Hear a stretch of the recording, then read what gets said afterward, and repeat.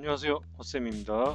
왜 누구는 잘생기고 멋지게 태어나서 여자들한테 인기를 줄줄 누리다가 품절남이 되고, 누구는 아무도 쳐다보지 않는 외모로 태어나서 장가도 못 가고 천신만고 끝에 베트남 여자 구해서 결혼했는데 결혼 3일 만에 돈 들고 튀어서 재산만 날리고 독거노인으로 살다 죽게 되는 것일까요? 또 왜 누구는 남자들이 줄줄 따르는 아름다운 외모로 태어나 남편 잘 만나서 호강하고 사는데, 누구는 남자들이 거들떠보지도 않아서 홍기 놓치고 자식도 없이 쓸쓸하게 말년을 보내는가 하면, 외모가 좀 돼서 결혼을 하더라도 성질 더러운 남편을 만나거나 못된 시어머니를 만나서 오래지 않아 파혼하게 되는 경우가 심심치 않게 있게 되는데, 되게 그러한 경우는 여성의 경우 관성이 공망이 되거나 남성의 경우는 재성이 공망이 된 경우입니다. 왜 우리가 전생에 무슨 죄를 지었길래 관성이 공망이 되거나 재성이 공망이 되는 사주를 가지고 태어나게 되는 것일까요? 그것은 먼저 카르마에 대한 이해가 있어야 되는데요. 오늘은 카르마에 대한 공부를 먼저 하시고 나면 이해가 되시리라 생각합니다. 트루스즘이라는 종교를 통해서 카르마가 무엇이고 이런 사주를 가지고 태어나는 카르마는 어떤 것인지 한번 살펴보겠습니다. 함께 보시겠습니다. 자, 요 내용은요, 가다우스 사건 들어가시면요, 맨 위에 그 트루스라는 목록이 있습니다. 거기 클릭하시면 트루스즘이라는 그 종교에 대한 안내가 되어 있는데요, 그 중에 하나를 발췌한 것이고요, 제가 직접 만든 종교입니다. 제가 지금 앞서 설명드렸던 그 사람들이 겪게 될 수 있는 가장 대표적인 카르마, 남자복 없고 여자복 없는 그런 경우가 왜 발생하는 거에, 제가 사주를 공부하기 전에 이미 깨닫고 있었어요. 저는 카르마로 인해서 그 카르마를 제가 정립해서 만든 것이 그 트루스즘이라는 종교고요. 사주하고는 관련이 없었던 내용인데 나중에 사주를 공부하니까 서로 관련이 있더라고요. 그래서 제가 지금 연관지어서 설명을 드리는 거고요. 한번 읽어보도록 하겠습니다. 성을 비판하지 마십시오. 욕망은 진리를 찾아가는 지표입니다. 만일 우리가 맛을 느끼지 못한다면 먹지 않을 것이고, 그리고 우리는 생존할 수 없습니다. 게다가 우리는 맛을 통해서 어떤 음식이 자신의 몸에 좋은지 알 수 있는 것입니다. 우리는 우리가 먹는 모든 것을 과학에 의존할 수는 없습니다. 우리는 우리가 맛있다고 느끼는 것을 먹어야 합니다. 그리고 그것이 몸에 좋은 것입니다. 만일 당신이 맛이 없는 것을 먹는다거나 조미료에 속아서 음식을 먹는다면 그것은 나침반이 없이 항해를 하는 것과 같습니다. 당신은 당신이 원하는 곳에 도달할 수 없습니다. 즉 건강을 지킬 수 없습니다. 맛이 중요하듯이 성적 욕망 또한 중요한 것입니다. 맛이 건강을 위한 나침반과 같듯이 성적 욕망은 당신 자신과 건강한 세계를 위한 나침반과 같은 것입니다. 세상에는 굳이 비판하거나 금지할 이유가 없는 성적인 타부들이 많이 존재합니다. 당신은 자신이 속한 나라의 성에 관련된 법이 잘못되었더라도 그 법을 준수해야 합니다. 그러나 어떤 이유에서 타인의 개인적인 주요 본능을 자신의 관점으로 비난하는 것은 다른 사람의 독립을 가장 크게 간섭하는 것임을 알아야 합니다. 자신 스스로의 성과 다른 사람의 성을 억압함으로써 얻어지는 카르마의 결과는 예상되어질 수 있습니다. 그들은 평화롭지 않은 환경에 태어날 수 있습니다. 또한 아무런 매력을 갖지 않은 모습으로 태어날 수 있습니다.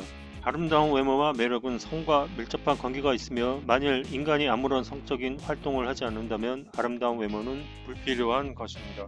자, 여러분, 우리가요, 그 아름다운 외모를 가지고 태어난 사람을 보면요, 저 사람은 뭐 오줌도 안 쌀 것 같고 화장실도 안 갈 것 같잖아요. 그런데 그렇지가 않잖아요. 할 거 다 하죠. 외모가 아름다울수록 그 사람은 성적인 무기를 더 타고난 거예요. 매력을 갖췄다는 거는 그만큼 성적인 에너지를 더 많이 타고났다는 거를 의미하게 되는 겁니다. 그러면 너는 이쁘게 태어나서 너는 성적인 활동을 더 많이 하거라 하고 이렇게 의무를 받고 태어난 거예요. 그러니까 그 아름다운 외모를 우리가 너무 거룩하게 보고, 뭐 천사가 있다면 천사가 섹스를 안 할까요? 그거는 아니죠. 우리가 아름다운 외모를 태어났다는 거는 성과 굉장한 밀접한 관계가 있는 거고요. 그거는 분리해서 생각하면 안 되죠. 꽃도 마찬가지야. 이 꽃이 아름답게 피었다는 거는 그만큼 벌을 많이 끌어들이기 위해서 꽃이 색깔도 빨갛고 아름답게 형성이 되는 거거든요. 그래서 이 모든 그 성이라는 거는요, 외모하고도 그 밀접한 관계가 있는데, 만약에 여러분이 나는 성이라는 거는 나는 죽어서 나는 천국 갈 거니까 나는 성행위는 더러운 거야, 난 성을 안 할 거야, 그냥 그런 거 필요 없어, 이렇게 만약에 살았다 이거예요. 예, 목탁만 두드리고 이제 살았어요. 예, 그런데 그러면 후생이 어떻게 태어날까? 너 그래 필요 없어? 그래 너 필요 없으니까 너는 곰보로 태어나거라. 뭐 그렇게 해도 될 수가 있다는 거죠. 그 당연한 인과관계를 우리가 추론을 할 수가 있는 겁니다. 그런데 지금 다시 처음으로 돌아가 보자고요. 예, 남자복이 없으면 후생이 태어날 때 그 우주는 이분을 어떻게 내려보내냐면은, 너는 이제 나 남자를 만나면 안 돼. 네가 과거의 어떤 과오 때문에 너는 남자복이 없는 여자로 태어나게 되는데, 여러 가지 방법이 있겠지, 남자복이 없게 태어나는 경우는요. 그런데 외모가 아름답다고 해서 반드시 남자들이 꼬이는 거는 절대 아니고요. 보면은 사주를 보면은 관성공망으로 태어나게 되면은 외모가 아무리 그냥 기똥차게 생겨도 남자들이 오질 않아요. 사주가 무서운 거예요. 그래서 그 아주 이쁜 여자들이 혼자 사는 경우가 아주 심심치 않게 많이 있습니다. 그러니까 이분은 어쨌든 남자를 만나지 못하도록 세팅돼서 태어나신 분인데, 그럼 과거의 카르마가 뭐였겠냐는 거죠. 남자복이 없게 태어난 이유는 과거의 카르마가 자신 스스로의 성과 다른 사람의 성을 억압했기 때문에 그런 카르마를 갖고 태어나게 되는 겁니다. 종교를 보면 그걸 알 수가 있습니다. 이분의 그 종교가 대표적으로 다른 사람의 성을 억압하는 그런 종교를 가지고 있으세요. 대표적으로 다른 사람의 성을 억압하는 게 뭡니까? 그게 바로 동성애예요. 그러니까 여러분이 그 다른 사람의 성을 억압하는 것이 뭐 숭고하고 가장 그 도덕적인 가치가 높고 뭐 이렇게 생각하는 건데, 모든 세상의 그 진리는 뒤바뀌어 있어요. 가장 가치 있는 것이 가장 낮게 취급되고 가장 낮은 것이 높게 취급되고, 이렇게 모든 것이 뒤죽박죽 되어 있기 때문에 사람들이 혼동을 일으키는 건데요. 이 죄 중에서 가장 큰 죄가 다른 사람을 독립을 훼손하고 다른 사람을 간섭하는 것이 가장 큰 죄이고요. 그 간섭 중에서도 가장 큰 간섭이 뭐냐면 다른 사람의 성을 간섭하는 거예요. 즉 다른 사람의 아랫도리를 간섭하는 것이 가장 큰 간섭이고 가장 큰 죄인 거예요. 그런데 그런 큰 죄를 죄인지를 모르고 행하기 있기 때문에 이분은 앞으로도 계속 그런 삶을 살 거 아니에요. 그렇죠? 그러면은 지금 현생은 이렇게 견뎌냈다고 쳐요. 다음 생에는 똑같은 삶을 살게 된다는 거죠. 그럼 현생을 보면 과거를 알 수가 있게 되죠. 과거 이분이 역시 다른 사람의 성을 억압했구나, 그래서 현재 이런 억압되는 상황을 얻게 되는 것이구나 하는 것을 알게 되죠. 단지 성적인 면에 있어서의 남자복이 없는 것으로만 나타난 것이 아니고, 자 그러면은 그 위에 다시 한번 읽어보겠습니다. 자신 스스로의 성과 다른 사람의 성을 억압함으로써 얻어지는 카르마의 결과는 예상되어질 수 있습니다. 그들은 평화롭지 않은 세상의 환경에 태어날 수 있습니다. 이건 뭐냐, 평화롭지 않은 환경에 태어날 수 있다는 게 무엇을 뜻하는 거냐면, 예를 들어서 내가 다른 사람을 억압했잖아요. 그럼 나도 지금 억압 당해야 되잖아요, 카르마가. 그러니까 결국은 예를 들어서 우리가 이제 이슬람 국가라든지 이런 데서 차도로 쓰고 눈만 내놓고 다니고 이런 환경에서 태어나게 될 수가 있다는 거죠. 어떻게 하다가 뭐 다른 사람과 눈이 맞아서 간통이라도 했다, 이렇게 되면은 돌에 맞아서 죽고 이런 환경이고요. 아니면은 더 심한 환경이면 어떤 환경에서 태어나게 되냐면, 예를 들어서 꼼짝달싹 없이 이제 묶여 지내는 게 뭐가 있냐면은 그 인신매매를 당하게 되면 그렇잖아요. 내가 억압이 되는 거죠. 예, 완전히 억압이 되죠. 밖에 나가지도 못하고 몸을 파시는 여성분들이 자기가 그 팔고 싶어서 파는 게 아니잖아요. 남에 의해서 억압 당해서 그런 곳에 처해 있게 되는 거예요. 꼼짝달싹 못하시 거기서 자기 몸 팔아서 벌어들인 돈은 다 포주한테 갖다 바치고 거기서 평생 묶여서 개돼지처럼 그렇게 살게 되는 겁니다. 그런 환경도 예상되어질 수가 있고, 그 다음에 그 상황에 있어서는 내가 성적인 행동을 하더라도 그것이 억압당하는 성과도 마찬가지잖아요. 내가 원해서 하는 성이 아니고 내가 강제로 당하는 성이기 때문에 그건 억압이나 마찬가지인 거거든요. 예, 그래서 그러한 성생활을 하게 될 수도 있고, 대표적으로 예상할 수 있는 것들이 그러한 환경이 되는 겁니다. 구체적으로는 여기 표현하진 않았지만 그렇게 풀이를 할 수가 있고요. 실제로 그러한 일이 있었어요. 그 중동 국가 중에 한 곳인데 그곳에서 이제 대량으로 난민이 발생했어요. 그 이슬람 국가죠. 그래서 이웃 나라로 피난을 갔는데 거기서 이제 일거리가 없어서 이제 직장을 구하러 막 돌아다니는 거예요. 근데 막 생긴 것도 뭐 아주 기똥차게 생겼어요. 여자인데 너무 이쁘게 생겼어. 네. 그런데 전부 다 우리도 지금 경제 사정이 안 좋다. 받아주질 않는 거예요. 여기 가도 받아주질 않고 저기 가도 받아주질 않고 그렇게 되는데 그 와중에 그런 여자들을 다 잡아다가 그 매춘을 시키는 거예요. 거기서 이제 매춘하면 뭐 하겠어요. 완전히 그냥 그 감옥처럼 가둬두고 그냥 하루에 거의 뭐 100여 명을 받는데요. 남자를. 예, 그래가지고 그 돈은 뭐 받지도 못하고 그 사람들은 그냥 거기서 동물처럼 다 그 착취를 당하는 거지 말하자면은. 예, 그런 환경이 되는데 결국은 뭡니까? 이슬람의 그 율법이 뭐예요? 동성애는 일단 죽이고 남의 성을 억압하는 게 그 사람들의 특징이잖아요. 그렇죠? 예, 그렇게 되니까 어떻게 됩니까? 그 차도로 쓰고 그 억압되는 환경에 그 여자로 태어난 것 자체가 거기서는 억압된 환경으로 태어난 거예요. 그런 환경이 태어났는데 거기서부터 더 심한 환경은 뭐냐? 네, 매춘으로 이어지고 인신매매로 이어지는 겁니다. 예, 그런 환경으로 이어지게 되는 거예요. 이 세상에 그 인신매매와 매춘으로 인한 억압되는 그런 환경이 얼마나 많은지 압니까? 아주 말할 수도 없이 아직도 많아요. 예, 그 인권 문제가 우리나라도 얼마 전까지만 해도 그런 것이 아주 범람을 했었죠. 뭐 지금도 있을 수도 있고 그렇게 되는 건데요.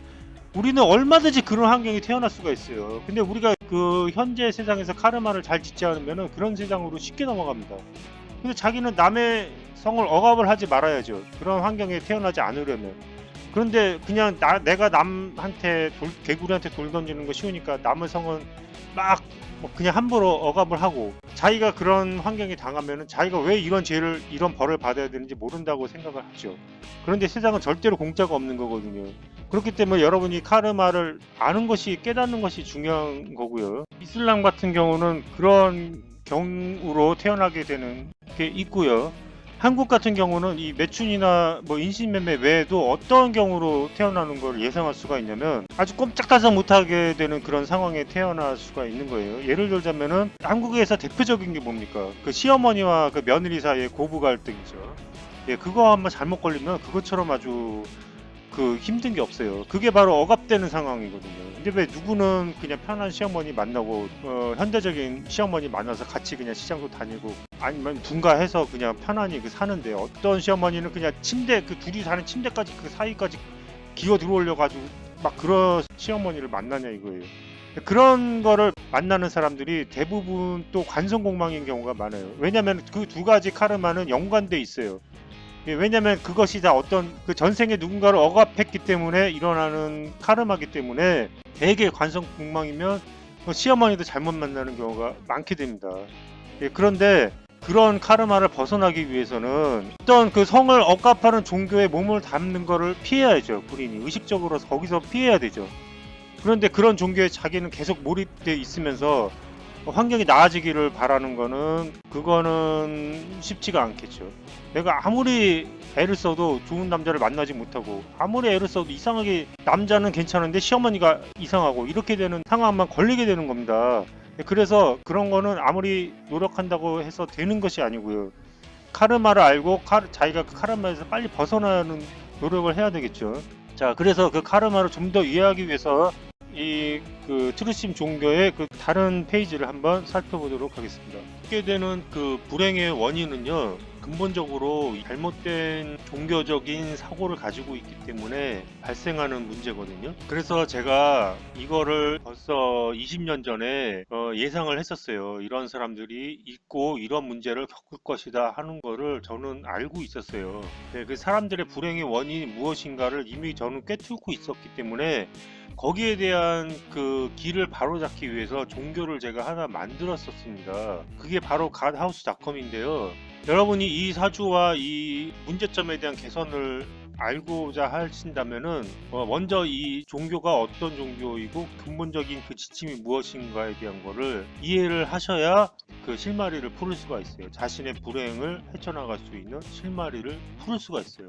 그래서 거기에 대한 안내를 제가 좀 해드리겠는데요. 가다사건 들어가면 맨 위 상단 목록 중에 트루스라는 목록이 있습니다. 거기 클릭하시면 바로 이 페이지가 나오는데요. 그 중에서 독립과 의존이라는 그 항목에 대해서 읽어보도록 하겠습니다. 왜 독립이 중요합니까? 영원한 삶은 당신이 개별적으로 독립된 영혼을 가지고 있다는 것을 의미합니다. 그렇지 않다면 당신은 영원할 수 없습니다. 당신의 영혼이 다른 사람에게 나누어 흩어져 있는데 어떻게 당신 자신이 존재하며 영원할 수 있습니까? 예를 들어서 당신이 어머니의 자궁에 있었을 때에 당신과 당신의 어머니는 분리되지 않았습니다. 당신은 독립된 존재가 아니었습니다. 당신이 태어난 후에야 당신 자신을 지칭할 수 있습니다. 당신이 아이였을 때 당신은 아직 부모에게 의존합니다. 당신이 성인이 된 후에야 이제 당신은 독립하였으며 당신의 부모에게 더 이상 의존하지 않습니다. 당신은 당신 자신을 지칭할 수 있는 개인적 인격을 갖게 됩니다. 그것이 독립입니다. 모든 사람은 처음에는 의존하지만 그것은 영원한 것이 아닙니다. 대부분의 악은 의존에서 비롯됩니다. 만일 당신이 폭력을 행사하거나 죽이거나 훔쳤다면 그것은 당신이 다른 사람의 독립을 심하게 관여했다는 것을 의미합니다.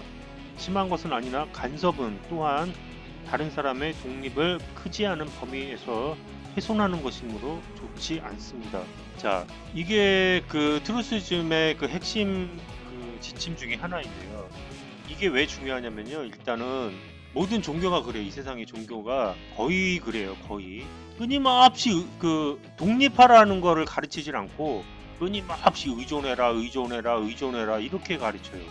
반대로 가르치는 거죠. 끊임없이 인간은 나약한 존재니 믿어라, 의존해라 이렇게 되는 겁니다. 그렇게 되니까 사기당하기도 쉽죠. 남을 쉽게 믿어버리게 되기 때문에 사기당하기도 쉽게 되죠. 네, 그런데 자꾸 이렇게 의존을 한다는 것이 우리가 좋게 생각할 수도 있어요. 우리는 어렸을 때 엄마한테 의존을 하면서 자랐잖아요. 엄마 하고 엄마 꽁무니 쫓아다니면서 그렇게 우리는 큰 겁니다. 엄마 젖 먹고 자랐지 뭐 우리가 뭐 그냥 태어나자마자 천상천하 유아독존 이렇게 태어났습니까? 우리가 부처님입니까? 그건 아니잖아요.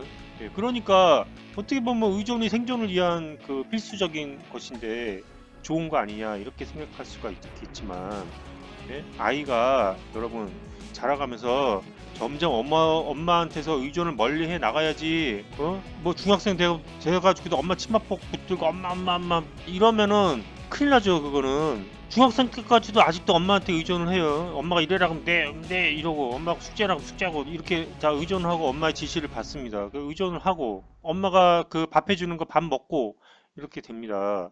그런데 어릴 때보다는 덜하죠. 그런데 다 자랐어요. 이제 다 자랐는데도 엄마 밥 줘 이러면은 짜증나죠. 그렇죠? 다 자라면 이제 밥은 자기가 해 먹어야 되는 거예요. 그렇죠? 그런 것처럼 이 의존이라는 게 절대적인 진리가 아니에요. 예, 의존은 그 필요악인 거죠. 말하자면 어쩔 수 없이 우리가 나약하기 때문에 어쩔 수 없이 의존을 할 수는 있어도 그것을 벗어나는 것을 목적으로 해야 되는 거지. 그 의존 자체를 진리의 범주에 넣어서는 안 되는 거죠. 큰일 나는 거죠. 그런데 대부분의 종교들이 의존해라 그러면서 엎드려서 기도를 하게 만들고 이렇게 하는데 이 엎드린다는 것 자체가 바로 독립과 의존에 대한 상당히 좀 거리가 있다고 보여지는 거고요. 그래서 도사들은 그 기도를 할 때 어떻게 기도합니까? 엎드려서 기도합니까? 그게 아니잖아요. 네, 폭포 아래서 예, 옷도 다 벗고 옷도 어떤 의미에서 의존이죠. 옷이라는 것도 예, 기도를 하는 게 아니고 가부좌를 틀고 손바닥을 그냥 무릎 위에 올려놓고 그렇게 명상을 하잖아요. 그게 기도잖아요. 그거는 어떤 의존적인 형태를 버리는 거를 말을 하죠. 그러니까 우리가 이제 정신적으로 많이 성숙하게 되면 이 의존의 형태에서 벗어나야 됩니다. 근데 이 의존 자체라는 거는요, 뭘 얘기하냐면은 선과 악이 있다면은 그 악의 범주에 의존이 포함이 되기도 해요. 예를 들어서 남의 물건을 훔쳤다 이거예요. 네 거 내 거는 구별을 해야 되잖아요. 그쵸? 그런데 네 물건도 내 거고 내 거도 내 거고 이런 사람들이 가끔가다 있어요. 예. 그건 뭡니까? 그 독립이라는 그런 게 없어요. 이 사람들은. 그러니까 너는 너고 나는 나라는 어떤 그 독립된 그 사람의 개별적으로 존재하는 개별적인 그 인간에 대한 개념이 없는 거죠, 말하자면. 그런 사람들은 그냥 쉽게 남을 의존하게 되는 겁니다. 그냥 내가 너한테 의존할게, 네가 먹는 거 의존할게. 그럼 친구가 와가지고 그 냉장고 다 뒤져서 먹고 싶은 거 다 먹고 설거지를 하나도 안 하고, 친구가 또 다 치워놓으면 또 밖에 놀러 갔다 와서 친구가 딱 저기 밥 해놨을 때쯤 딱 들어와가지고 또 막 다 처먹고, 그리고 또 싹 도망가고 이러면은요, 그 관계가 지속되질 못하겠죠. 그런 게 바로 의존이죠. 너와 나와의 내가 할 일이 있고 당신이 할 일이 있고, 그 다음에 내 재산이 있고 네 재산이 있는 건데, 네 재산은 그냥 내가 그냥 써도 되고 내 재산은 네가 쓰면 안 되고, 이렇게 되면은 그거는 의존적인 형태가 되는 겁니다. 그게 바로 악이죠. 그래서 우리가 그 물건을 훔치는 것도 어떻게 보면 의존이고요. 남을 죽이는 것도 의존입니다. 내가 그 사람을 죽여가지고 내가 좀 편하자고 죽이는 거 아니에요, 말하자면. 내가 없으니까 없어야지 내가 좀 잘 살 것 같다 이래서 죽이는 거 아니에요. 네, 그게 뭐 재산이 목적으로 해서 죽이는 경우도 있고, 그 사람 재산이 탐나서 죽이는 경우도 있고, 어쨌든 그 사람의 그 독립성을 크게 훼손하는 거잖아요, 그렇죠? 그럼으로써 내가 그 사람한테 의존을 하게 되는 겁니다. 그 사람의 가지고 있던 재산을 탈취하면서 의존을 하게 될 수도 있고, 그 사람의 없어짐으로써 달라지는 어떤 환경에 대해서 내가 의존하게 될 수도 있고, 여러 가지 이해관계가 얽혀 있겠죠. 그런데 그런 상황에 대해서 자기가 의존을 하게 됩니다. 그 다음에 이 간섭이라는 거 있잖아요. 간섭도 마찬가지죠. 우리가 제일 싫어하는 게 간섭이죠. 어렸을 때는 우리가 부모님의 간섭을 받아야 돼요. 받지 않으면 살 수가 없어요. 왜냐면 내가 의존하는데 나는 간섭은 안 받겠다 이렇게 되면은, 그거는 내가 좋은 것만 취하겠다는 것과 다름이 없겠죠. 달면 삼키고 쓰면 뱉는다 이런 생각으로밖에 되지 않기 때문에, 내가 의존하는 이상은 간섭을 받아야 됩니다. 그래서 내가 간섭할 권리는 있어요. 네가 나한테 의존하고 있으니까 내가 널 간섭할 권리는 있어요. 아이가 부모한테 의존을 하는 입장인데도 부모가 잘 되건 잘못되건 가만 놔둔다면 그거는 좀 잘못된 거죠. 그래서 간섭을 할 권리는 어느 정도는 있지만, 서로가 독립된 상황에 있어서 다 자란 상태에서 간섭을 하게 되는 거는, 그거는 역시 의존의 한 형태죠. 예, 의존, 네가 어떻게 해야지 내가 어떻게 될 것 같다 이런, 말하자면은 그런 의존적인 형태가 발생하는 거예요.